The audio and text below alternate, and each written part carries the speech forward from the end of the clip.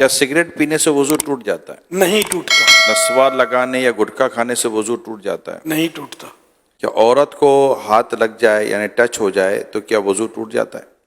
حنفیوں کے نزدیک وضو نہیں ٹوٹتا، کیا گالی دینے یا گانے سننے سے وضو ٹوٹ جاتا ہے؟ نہیں ٹوٹتا۔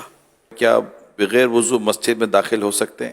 جی ہاں، داخل ہو سکتے ہیں، کیا کپڑے تبدیل کرنے سے وضو ٹوٹ جاتا ہے؟ نہیں ٹوٹتا۔ کیا ایک ہی وضو سے 5 نمازیں ادا کر سکتے ہیں؟ بالکل کر سکتے ہیں اگر واقعی اس کا وضو قائم ہے تو۔ جو وضو کی حالت میں انتقال کر جائے تو کیا اسے شہید کہا جائے گا؟ جی ہاں، جو وضو کی حالت میں فوت ہو اس کو شہادت کا رتبہ ملتا ہے۔ جو بعد طہارت سویا اور مر گیا، وضو کر کے سویا فوت ہو گیا، وہ بھی شہید ایک ہاتھ سے سر کا مسح کر سکتے ہیں؟ ہو جائے گا۔ مسئلہ سر کا مسح کیسے کرنا چاہیے؟ سنت تو یہ ہے کہ جیسے کہ دونوں ہاتھ تر ہیں اور سیدھے یہ ہاتھ ملا کے اس طرح لے جائیں کہ ہر بال جو ہے یہ اس پر تری پہنچے پانی کی، سر کے جتنے بال ہیں یہ ظاہر ان سب کے اوپر آ جائے، یہ سنت ادا ہو گئی۔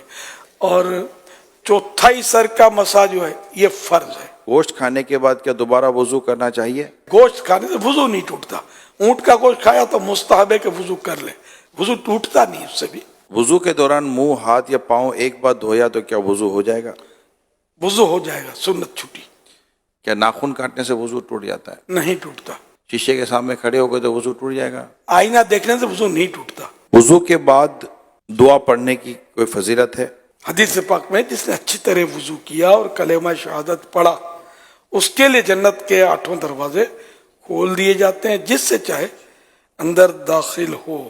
کلمہ شہادت اشہد ان لا الہ الا اللہ واشہد ان محمد عبدہ ورسولہ صلی اللہ علیہ وسلم، لیکن ساتھ میں یہ کہ اچھی طرح وضو کیا۔ یہ دشواری، اس میں تھوڑی کمزوری ہے ہماری کہ اچھی طرح وضو ہم کرتے نہیں ہیں۔ کیا ہنسنے سے وضو ٹوٹتا ہے؟ نماز کے علاوہ ہنسنے سے وضو نہیں ٹوٹتا۔